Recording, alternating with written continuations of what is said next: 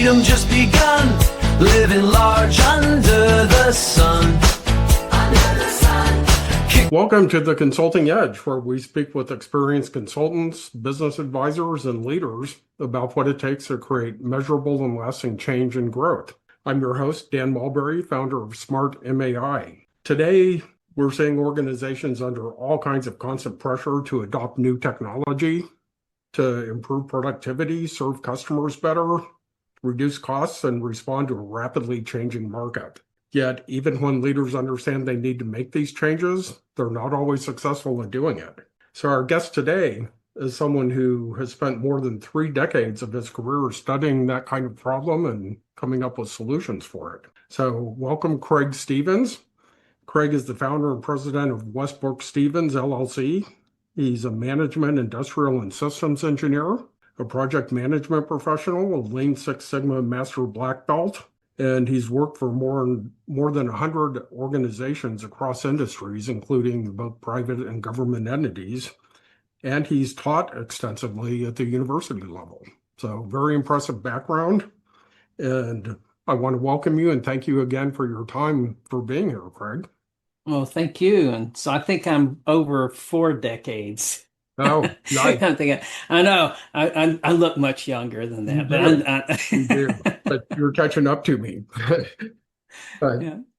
Well, listen, I'm impressed with your approach to change management and how you put everything together. But let's talk about how you got to this point before we talk about what you're actually doing in your consulting practice. So, like we said, your background combines engineering, project management, Six Sigma. How did you go from that kind of engineering mindset to a broader helping businesses become successful mindset? Yeah, well, so if you think of industrial engineering, it's the whole life cycle. So it's everything from cradle to grave to cradle, right? And it's the whole supply chain. And so it's very specific to operational excellence in any industry. And so it's a natural fit for any kind of business. You know, any business has a process or a system, then it's a natural fit for that. And Lean Six Sigma is kind of like that. Six Sigma is all about lowering defects and you know, high statistics. And Lean is just anything to do with efficiency. You know, you can boil it down to that. And so industrial and systems engineering naturally fit there. But I grew up in that. So from age 6 to, I guess I graduated my master's, my parents were hauled in troubleshooters. So I literally got to see a failing Holiday Inn be transformed into one they'll either keep or sell. The parent company would either keep it or sell it, and then we'd go on to the next hotel. So that's kind of how I decided that industrial engineering sounded like the closest thing to what I grew up doing or grew up seeing. And so that's kind of how it all fits together. And then engineering management as a part of that is kind of like the MBA, only from a operational point of view. So instead of accounting and finance, it'd be more operational excellence. So it's in your DNA is what I'm hearing. Oh yeah. Yeah, it is. I literally was in a high chair in a professional restaurant. And I remember that scene of the waiter and waitresses going in and out and from a high chair. That's great. Yeah. That's phenomenal. So let me ask you this. Do leaders sometimes attempt to solve problems that appear to be a people problem when it's really more their process or their systems? So I have a view of operational excellence and improvement as requiring 7 steps, 7 attributes. And each of those 7 attributes, it's a natural order of which comes first and which comes last. And so a lot of times people start with the last when they really should start with the first. So if you think of it as a mobile hanging from a ceiling, it's in perfect balance. It's a piece of art. You grab a hold of that cable with your hand, you can move that mobile anywhere in the room and you can hook it in different places. That hand in your organization is called leadership. So that's always the first step. If leadership ever drops that mobile, everything crashes to the ground. And so leadership's always got to be first. You got to have the top down, bottom up. Somebody's got to lead a process. Somebody's got to lead a system. Somebody's got to lead from the bottom up. They have to be the person that the customer sees. And from the top down, they have to have vision. So that's the first step. And the cable that leader holds onto that's tied to the bar that everything hangs on, that cable is called culture. So leadership drives culture. And as if with the leadership in place, you can't get anything done. So there's no use even focusing on the operations or the processes if leaders aren't involved or if they don't care. And then if you cut that cable called organizational culture, everything falls apart again. So unless the culture is willing to make a change, that's kind of a first step. They got to be willing to make a change. And that's grown over time. It's not instant. Now, here's what we need to do to change. So culture comes second, and then it's tied to a bar. And if anything that organization isn't hanging from that bar, you got to question whether you need it or not. And so that bar is called customer focus. Everything's got to be focused on the customer. So that's the third thing. And I think you and I talked about this, that customers can never be number one unless they come third. And leadership has to say customers are number one. The culture has to accept the fact customers are number one. Then customers are number one. But the customers are so important that if you don't focus on the internal and external customers, then you got to question why you're even doing it, right? And so there's one big block, and this bar is kind of bent. And the three blocks are balancing this big block. And this big block is all about people. And so if you don't have the right people who are engaged, motivated, conflict resolution, part of that, team building is part of that. Anything to do with people is part of this big box. And that's how important it is, because no matter what your processes do, if the people are engaged, it's not going to work anyway. Makes sense. And then the next box over is their core competencies, what they know how to do. And it doesn't matter how good your processes are, because as a consultant, I can't come in and tell you what excellent looks like for your organization. Your people have to tell me that. Leadership has to tell me that. And they have to be trained and have to have the right core competency before they even know how to answer the questions I'm going to ask them. Mm-hmm. And so now, after we get through people and their core competencies, now we can start improving processes and systems, because the leadership says it was important. The culture agreed on it. We're focused on the customer. We got the right people involved. They're engaged, and they have the right core competencies. Now I can do something. I can improve the processes and systems. And I never know if I'm getting better or worse unless we measure something. So measurement is the seventh thing.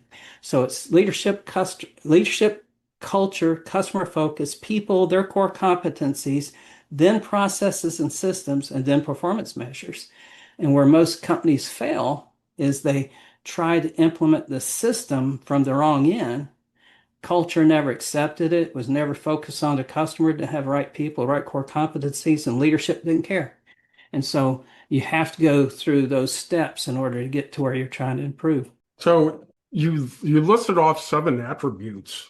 I was going to ask you what a typical cause of a failure is, but obviously it can be across many different aspects of an organization. Yeah. So let me ask you instead, when you walk into an organization that's struggling with change or needs to change and can't seem to, where do you look first? Well, everything we see is a symptom. And so we have to find the root causes of those symptoms. And you kind of alluded to that in your question. And that was, where do we focus? Well, if the problem is the lack of acceptance of a change, that could be a symptom, right? And so we got to think about, well, where would that problem come from? Maybe it's the fact that they're not trained to handle this new problem. Maybe they're not engaged because they're doing things they don't really care about. Maybe the culture has been, it's kind of culture to go through that. Well, when you think about change, there's really a J curve. And so you're here and you're trying to get up to this point where you have this dip you'll never get rid of. That's the return on investment, that's learning curve and everything else. But the culture builds the momentum to help you through that curve. So if you treat people like dirt for 10 years and then you want them to, do something for you good, it's going to have a deeper curve, Sure. right? Sure. And if you treat them like family and just honest and fair with them and doing the best you can, you communicate with them, you explain why the change is coming and what we have to do about it. I mean, if you and I are going to lose our job if we don't change, that's a whole lot different than we just want to try this, right? Mhm. And so how you treat those people when before they receive the change coming will tell you the momentum you built to get through that curve, right? And so it becomes real important on how you treat people and how you do things. So people are an important part of it. But culture and leadership, they're all tied together. That mobile won't work if any one of those pieces are missing. Yeah, that's a great analogy, by the way. I've never heard that one used before. I love that.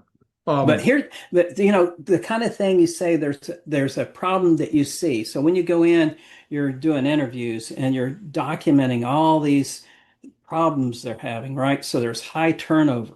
There's maybe high conflict. Maybe there's slow progress in some way. Maybe there's so each one of those has a potential root cause that could be high turnover, could be leadership, could be like, your direct supervisor is treating you bad, and therefore the whole company's culture is related to that direct supervisor you have. So if there's high turnover, it could be a person, right? And more likely it's a person. It could be frustration because they don't know what to do. They're failing all the time because maybe training wasn't there. It could be conflict within the people, could be just a few key people are causing problems for everybody else. That's building a chemistry that won't work. It could be, it could be all kinds of frustrations because the process doesn't work. So just any one of those symptoms could have one of those 7 attributes could be a cause of it. Yeah, It could be, the whole aspect of change management and the science behind it is very interesting.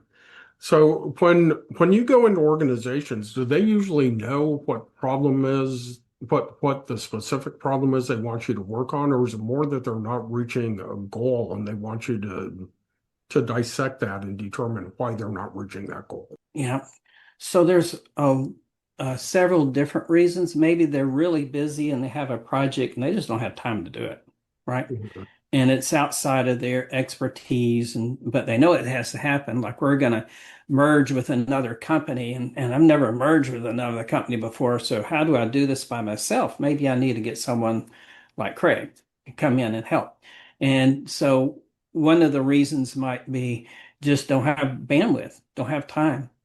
Another reason may not have the expertise, or it may be a lot of minutia that has to get done, and that would fall in the category of we or just don't have time. There's so much that needs to be done. We need someone to just come in and help.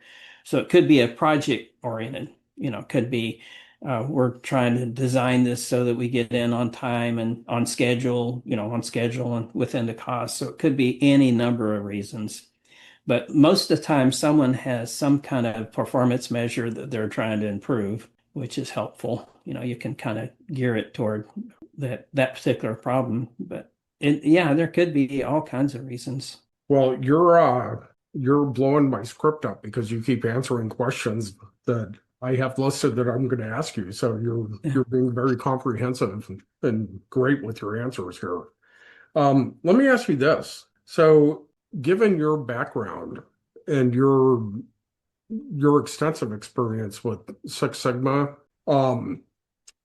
when you go to talk to clients, are they ever intimidated that that's the skills you bring to the table are too complex for them to understand, or do they rely on you to manage that? Tell me about that interaction and whether that background is something you Well, have to overcome to be able to leverage the benefits of it. yeah, I probably made I probably had made every mistake you can make.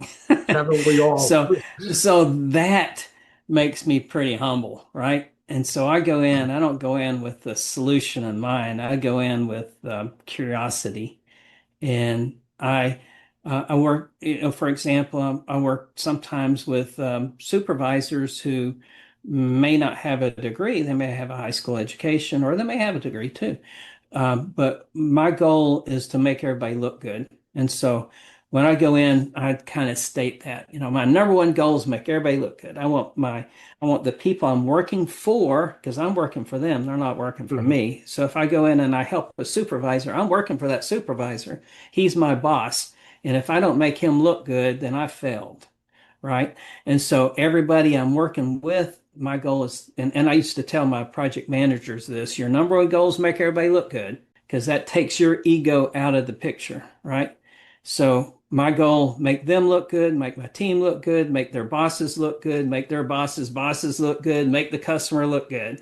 And if I think of it in that way, then everybody loves me. Everybody wants me back. Of When I course. start when I start going in with the whole concept, well, I know exactly what to do, and here's what we need to do, and we're going to do it this way, we'll fail because I'm not as smart as the three of us together or the two of us together. I'm just one piece of the puzzle. I bring my little toolbox in, and I got a lot of tools, but my goal is to let you give this one tool, like teach you how to use the hammer. And Mhm. then you can use the hammer when I'm gone. You can use the screwdriver. You can use the power tools that I bring. And then, and then if I do that well enough, then you'll want me back and you want me to hang around. Exactly. Yeah, and that's great. That was one of the questions I was thinking about earlier is whenever you have change coming or trying to manage change, the messaging is critical. And your approach of the what's in it for me from their perspective and setting them at ease and giving them a comfort level that you're there to, that your presence is going to benefit them. That's huge. Yeah, I think it is. I think the best thing I have to offer is the relationship and the friendship and the trust and the loyalty, Mhm. and we can solve any problem if we start there. Any problem that's solvable. Sure. And then we can start thinking about, okay, for this problem, what would excellent leadership look like? And what do we Mhm. have? Where's the gaps? What does excellent culture look like? What does excellent customer focus look like? What does excellent people skills look like? And then what is excellent core competencies? What we need to know in order to be excellent at what we're doing. And then process systems and performance measures. And that way we find the gaps pretty quick, and we say, okay, this is what it should look like. This is what we have. This is what we need to fix. And so, Well, let's bring the conversation around to AI. Obviously, okay. AI is driving a lot of change and it's changing rapidly itself and how we deploy it. You have to be pretty visionary at this point to understand how to deploy it, but you have to have your head in the sand not to be looking at how you can leverage it. Oh yeah, absolutely. It's going to be a competitive disadvantage. But let me ask you, what are you seeing in the marketplace? When leaders out there think about AI, are they approaching it from, hey, what's the best tool out there I can use and how can I deploy that? Or are they approaching it from, I've got a problem I need to solve. Should I look at AI to do it? What are you Yeah. seeing with how they're approaching AI? So I'm old enough to have seen the personal computer come into play, right? So a desktop computer, I mean, I started before there were desktop computers. There were mainframes and dumb Mhm. I can't say it. Terminals. Terminals, easy for you to say. Terminals that were connected to a mini computer or a mainframe somewhere, and we were talking like that, and we were using DOS to type everything in. Mhm. And so when people said personal computers, I got secretarial pull to do that. That's what engineers were thinking. Engineers put their reports together, wrote it out in hand, gave it to a secretary, and the secretary typed it up, and back and forth they would fix it, you know. And so that's kind of how it started. And so when people started seeing personal, I'm an engineer. I shouldn't have to do this. I got a secretarial pool for this. It's Mhm. taken away from my engineering time. I should be out in the field doing things. But now, if you had an engineer anywhere and they had a secretary, they're probably an executive too. And so that whole concept and that whole pushback. So during that time, people were saying things like, well, let's wait till the technology catches up to where, we're jumping over all these first stages. And they found out that those companies that did that were so far behind, they couldn't catch up Right. because the core competencies they were building in order to learn how to troubleshoot and how to think about it, things like that, were just the companies that jumped on top of it early on were the ones that still are around today, right? The ones that just waited, they just kind of become irrelevant because they don't know how to use computers, right? So the same thing's happening with AI. It's there. You're never going to put that genie back in the bottle. It's already out. The best you can do is learn and grow and change with the technology, right? And so I look at AI, I tell people use AI as a bicycle, not a crutch. So you're going to have to navigate, you're going to have to pedal, you're going to have to be part of the process. And you'll have a really cool bike because it'll go up hills without you, right? And you'll get there quicker and everything else, but you still got to be involved and you still got to be there. And now, so as it evolves, it'll evolve to where it will be more and more productive, but you got to think of it as mastering this bicycle. And so I make it, it's the first thing I brainstorm with. It's the last thing I edit with. It helps with images, it helps with research, it helps with everything. So as I teach a course or if I teach someone how to use a tool, we'll we'll we'll maximize the use of AI, but from a point of riding a bicycle. So that we're still aiming, we're still plotting the course, and we're still correcting the course all along the way because you're going to go off course with AI if you just let it do that. So you have to correct and keep asking questions and get to where you're going, but you're going to get there in minutes instead of hours. Exactly. And so that's the difference. Well, AI, I think it's going to become a rocket-powered motorcycle pretty soon in some Exactly. for most everybody. But Yeah.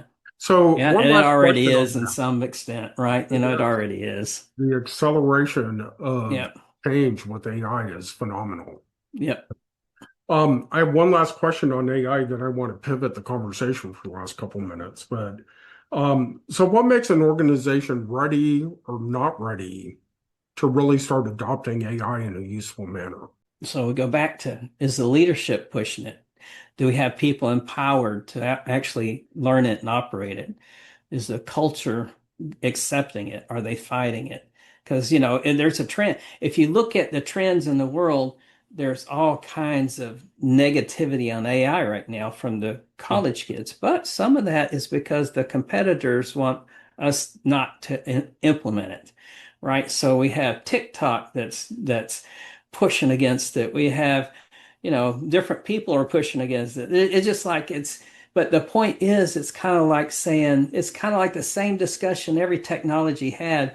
And I might be getting off your question a little bit, but it's like when we went from horseless carriages, carriages to horseless carriages.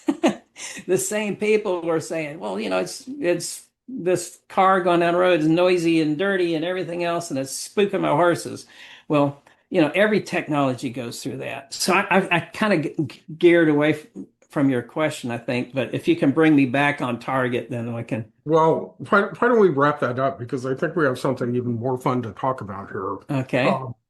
But before we get to that, I want to thank you for joining us. I mean, obviously, everyone is experiencing tremendous amounts of change right now and pressure to change. So some of your insights on how to manage that and the structure you put in place could really be beneficial to businesses that are facing that challenge right now. How can people reach you if they want to reach out? Okay. So the best way is if you go to see it's over this side, see Change Mentor Academy.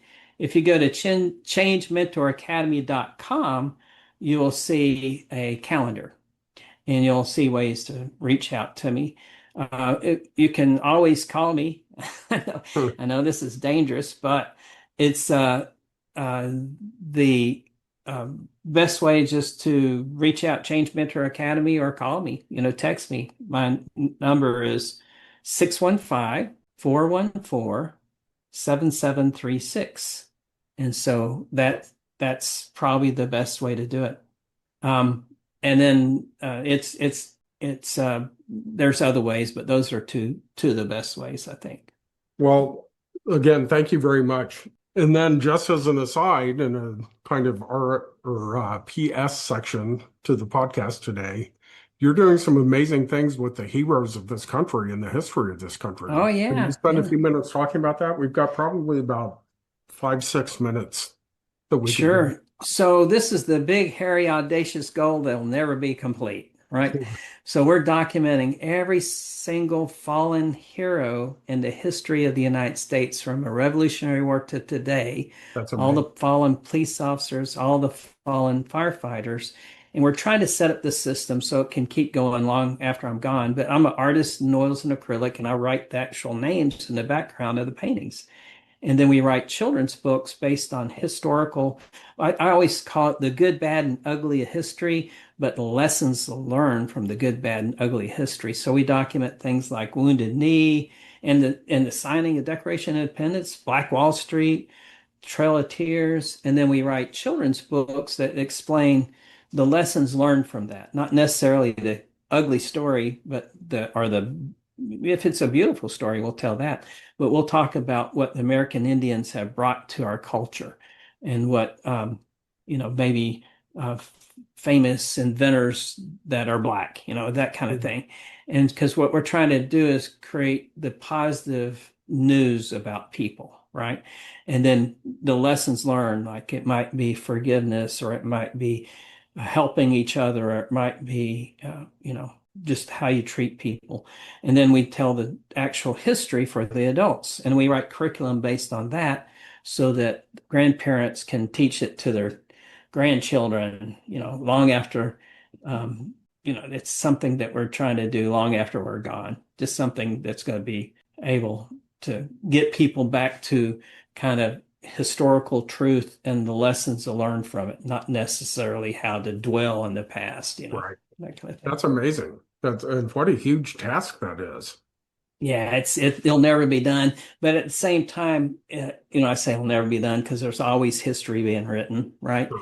And so, but to create the systems to do that is the goal. And so we do that with sponsors. I mean, I can't afford to do it all myself because Well, each of the paintings costs 40 hours worth of work, and mhm. it costs $250 to scan one, and that kind of thing. So it just takes a lot of help. Well, I'm really impressed with what you're doing with that. It's very inspiring and patriotic. I love it.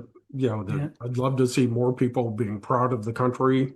We're far from perfect, but one of the things we're good at is learning from our mistakes and moving forward.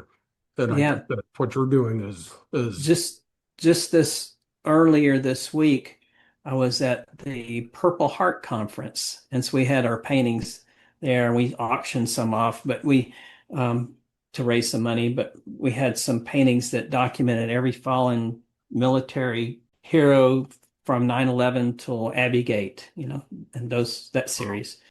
And those were the real heroes, the guys in the room, all the Purple Heart recipients and all, Yeah, their service is such a sacrifice and an amazing spirit of giving to the country. I really appreciate you asking about it, because that is kind of near and dear to my heart.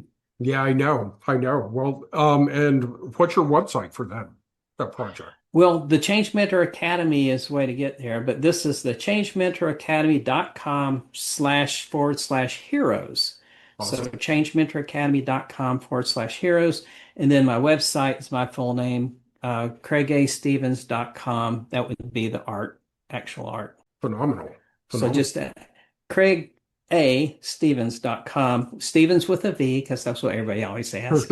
I always say it's the right way, but I'm sure that the guys with the PH say theirs is the right way. Matter of fact, I've had that discussion many times in a fun way. Well, Craig, thank you so much. Really appreciate your time today. It was a great discussion, and keep up the good work that you're doing with your Heroes Project. Phenomenal. Well, I appreciate it. And Dan, I'd love to hear more about what you do too.